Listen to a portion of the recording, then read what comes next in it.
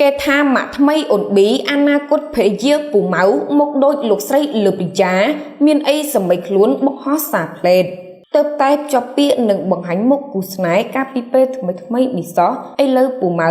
ដឹកដៃគូស្នេហ៍ត្រៀមចូលរង្ការឆាប់នេះហើយដោយការពីថ្ងៃទី19ខែឧសភាឆ្នាំ2025ម្សិលមិញនេះពូម៉ៅបានបង្ហោះរូបថតប៉ុន្មានសន្លឹកអមជាមួយ caption យ៉ាងខ្លីថា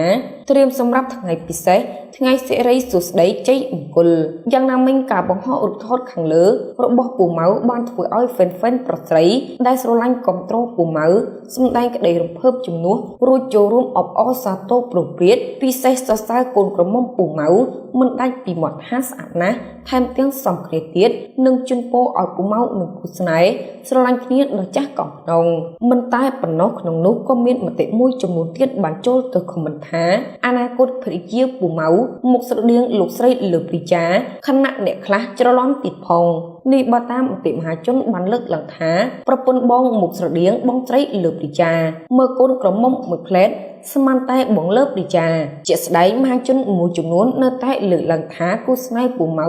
មុខដូចលោកស្រីលើព្រីយ៉ាស្រាប់តែសម្បៃខ្លួនចេញមុខមកបង្ហោះសារយ៉ាងខ្លីបង្ហើបពីថ្ងៃចូលរង្ការបែបនេះប្រាប់ទៅមហាជនថាជួបគ្នាថ្ងៃទី31